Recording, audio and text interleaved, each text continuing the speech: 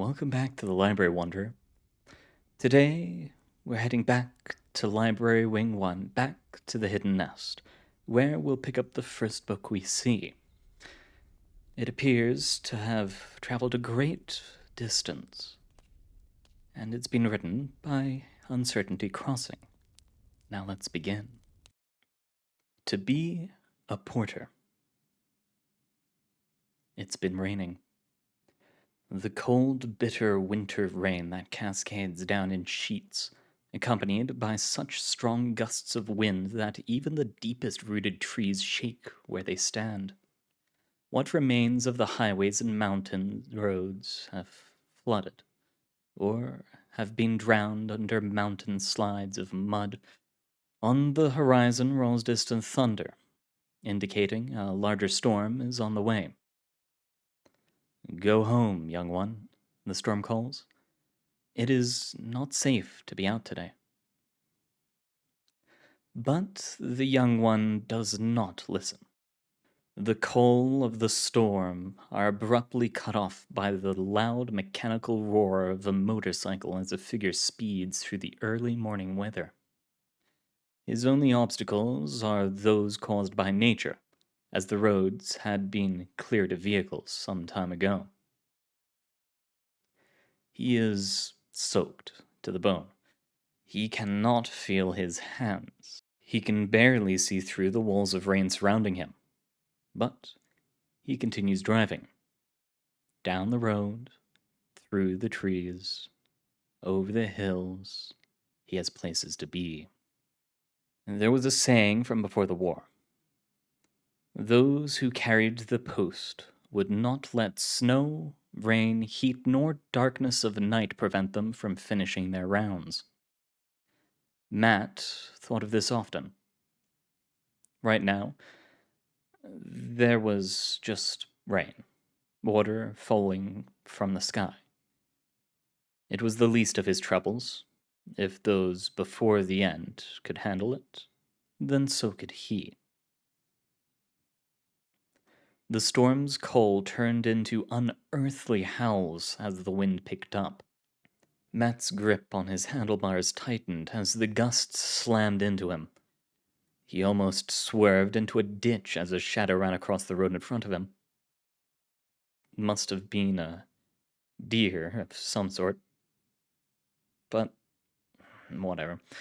He stepped on the gas. Today was important, and he couldn't afford to be slowed down by needless distractions. Today was important. Well, no, scratch that. Every single day was important. Each choice made, each step taken, each arc the day followed was a mark on Matt's character. A representation of what he valued manifested right in the moment in front of him. When the morrow is uncertain, one could not afford to worry about the future or to dwell in the past. It was his actions that he took right now in the present that shaped his chance of surviving through the night. No, not his chances, the chances of those he helped, those he delivered supplies to. Those he brought to the end. Those he brought to the end? What? Matt shook his head. Couldn't get too caught up in his thoughts either. Wherever they were coming from, right now, his only concern was getting to his destination, a cabin up in the mountains, tucked away between the pines.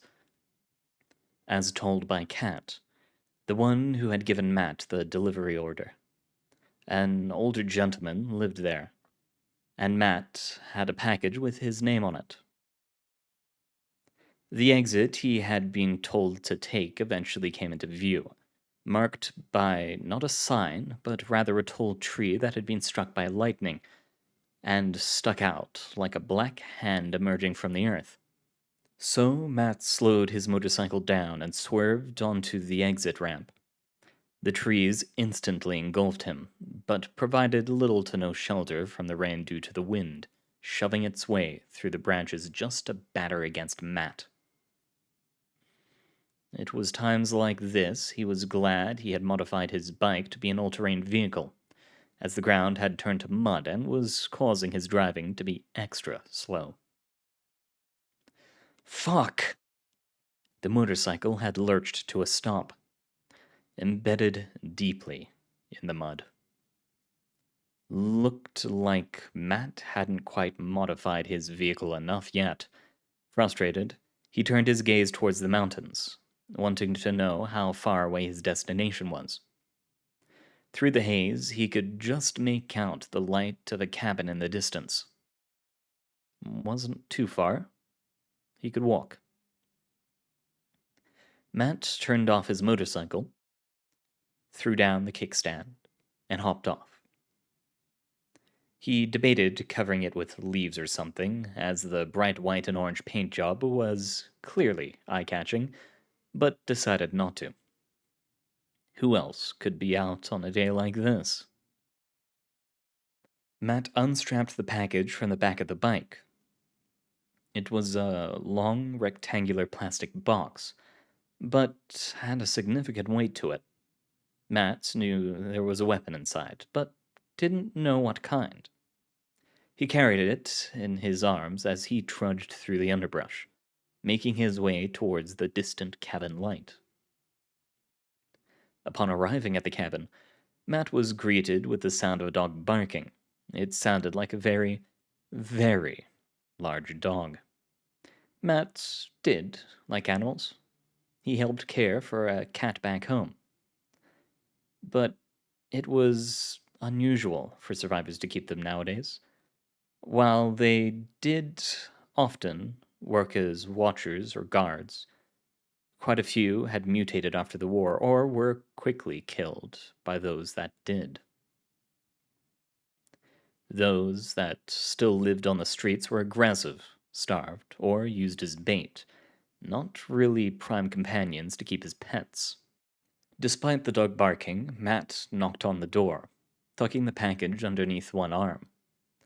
Might have been a stupid move, but hell, the man already knew he was here, and Matt had to collect the other half of the payment. No sense in trying to just leave the package and run off.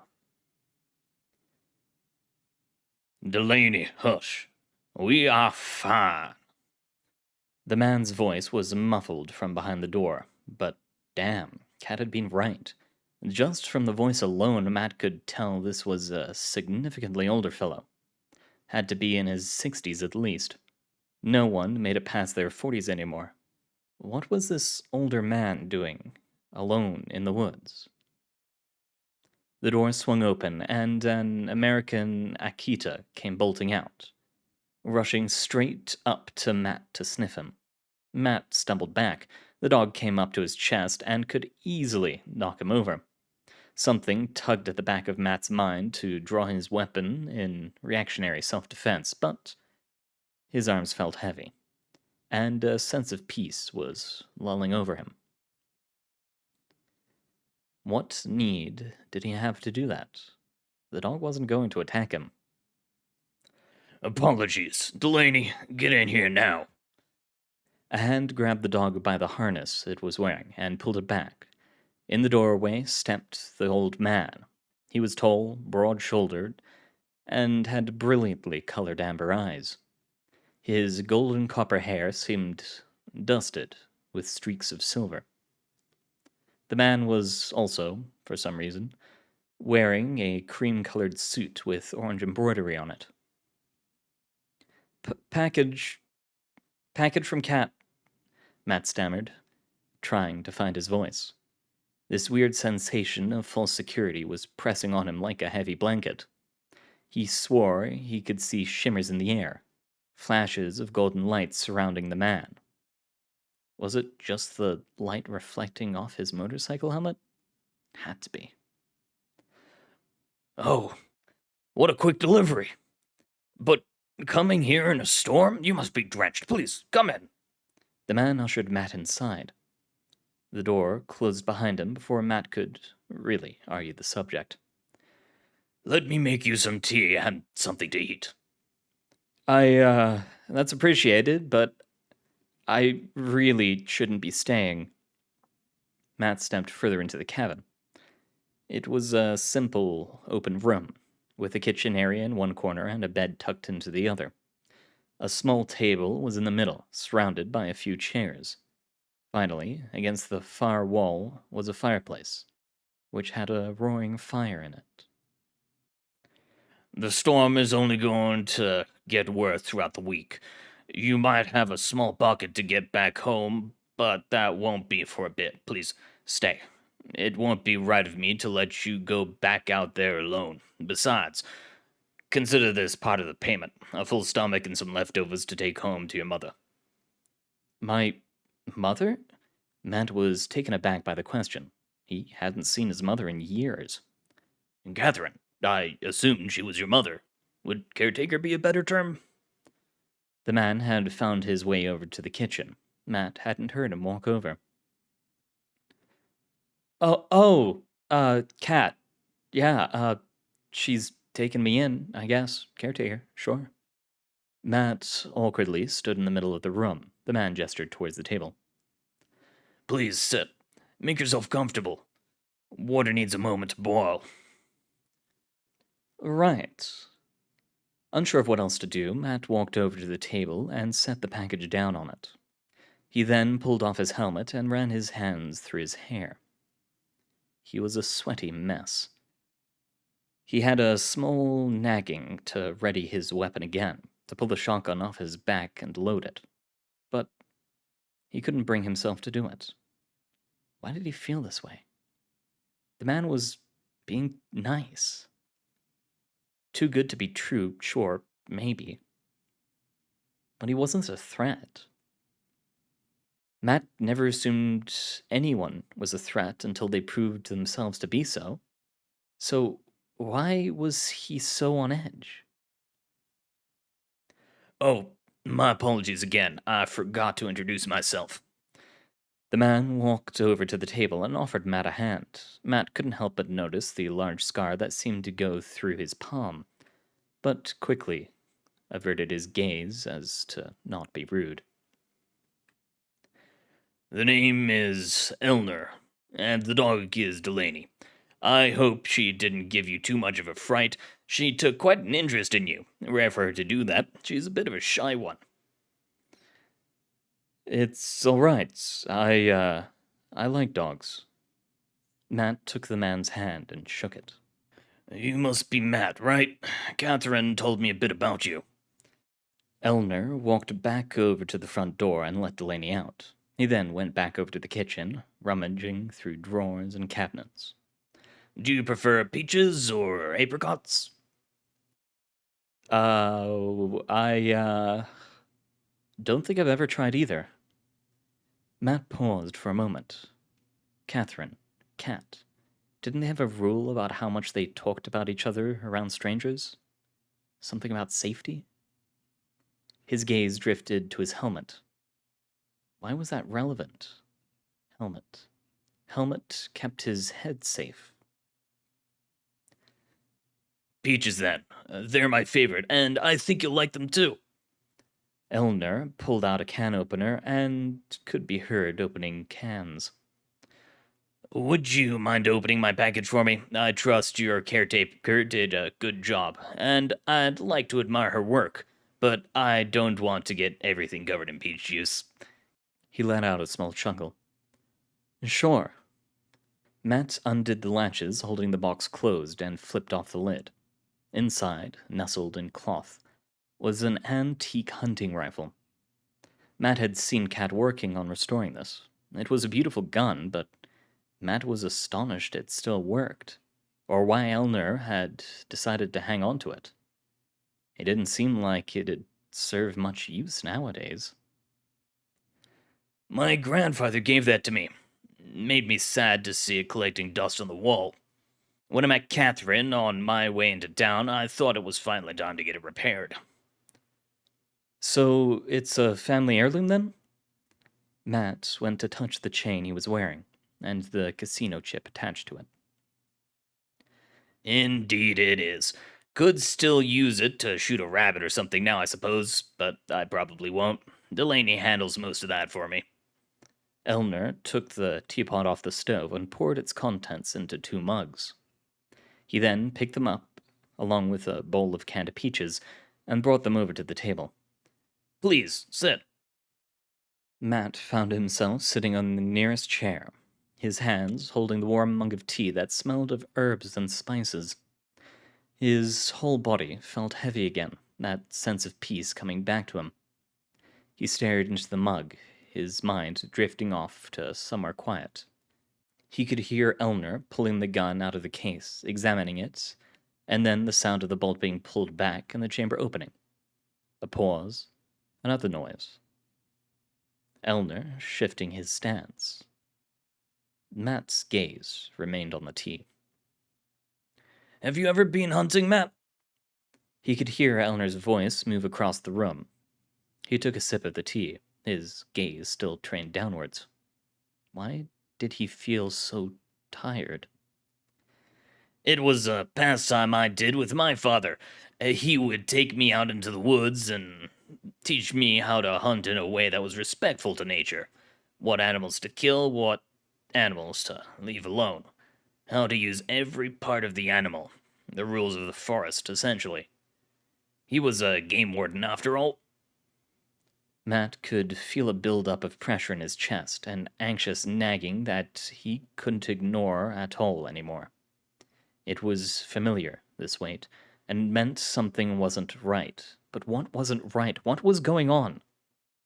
All he could hear was Elner's footsteps right behind him and a hand on his shoulder. Suddenly the weight was gone.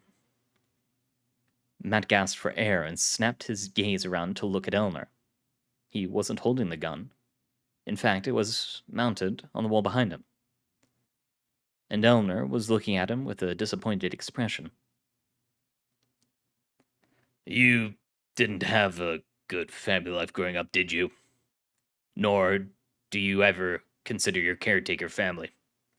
Elner removed his hand from Matt's shoulder and went back to take a seat across from him. Matt tried to speak. What did Elner know of his home life? Or his relationship to Kat? Wait. Fuck. Kat's rule about interaction. He had taken off his helmet, and Elner knew both their names. Kat would never give out that information, and had told Matt to always remain as anonymous as possible. How much shit had he told this man? What was going on? You don't have to answer. I apologize, it's invasive of me to pry. Elner let out a long sigh, gesturing for Matt to keep eating. Please eat. It's not poisoned or anything like that. I forget how long ago the war was. You're young. You don't know any different. Haven't known peace since you were born. What did you do to me? Matt snatched his helmet, but realized there was no point in putting it back on. Instead, he awkwardly placed it in his lap.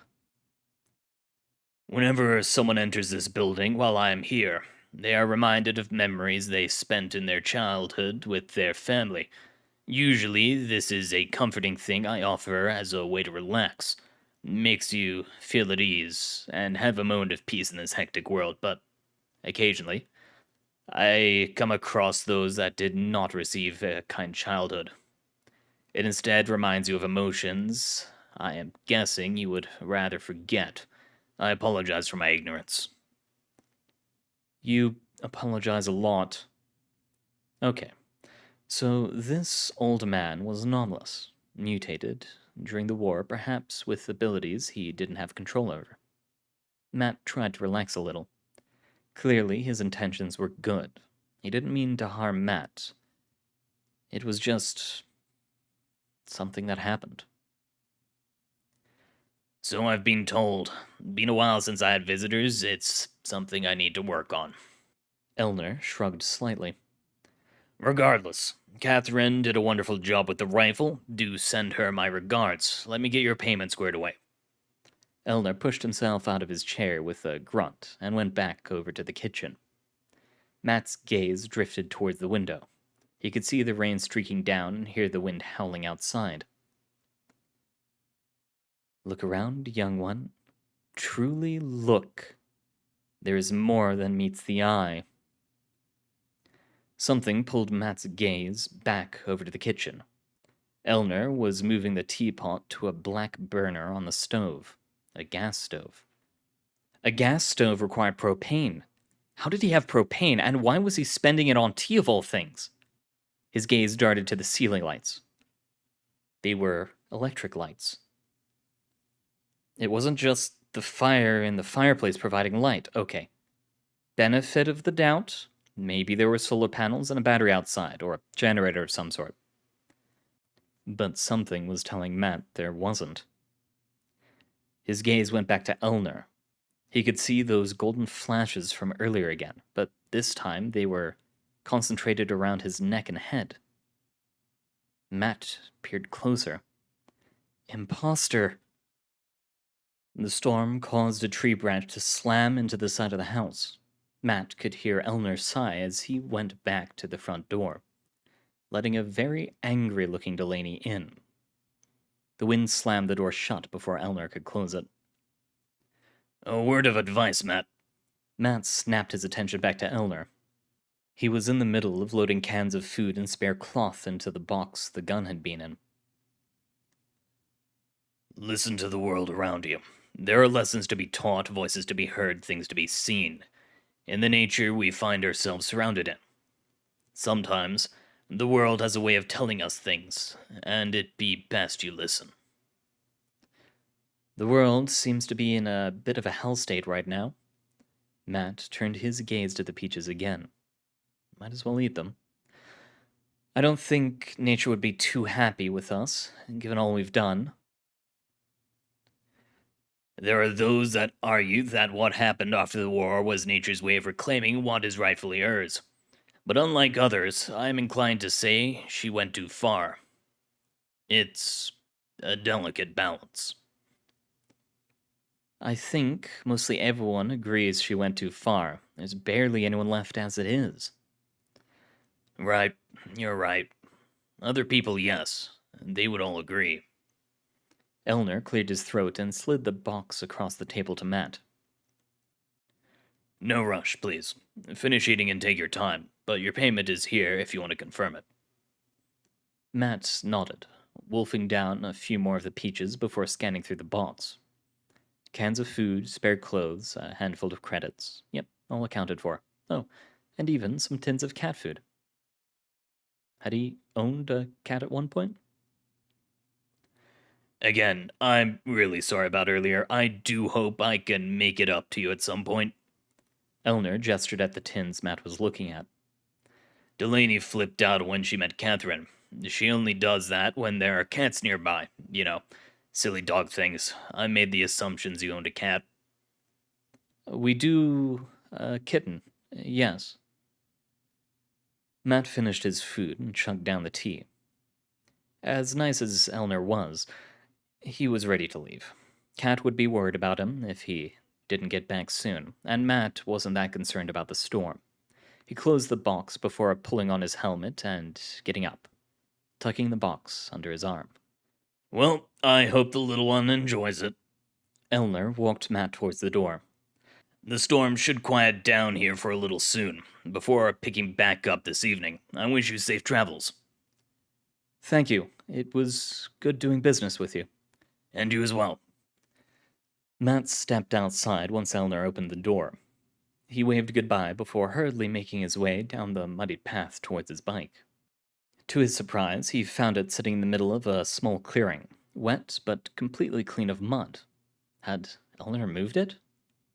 He turned to look back over his shoulder, only to find he couldn't see the cabin anymore. No light peering through the haze of rain and bustling tree branches. Taking a few hesitant steps forward, Matt peered into the brush, but nope, nothing. Was the cabin gone? He swore he had seen the light from this point on his way here. He took another few steps forward. No cabin. What the hell? So an anomalous old man in an anomalous old cabin? No, whatever. Matt was done with this weird stuff for today. He turned back towards his bike, strapped down the box, and hopped on. ridiculous old one, and its mimicry. The wind picked up again as Matt veered onto the highway, howling in his ears despite his helmet. His thoughts wandered back to what Elner had said. Listen to the world around him. Wonder what there was to hear out there. Whatever. He'd figure it out eventually. For now, it was raining, and he wasn't going to let that stop him from getting home in time for dinner. And that's all we have time for today, dear wanderer. Thank you very much for coming, and make sure you don't get stuck in a storm, and beware of the old men with golden flashes around them, just in case.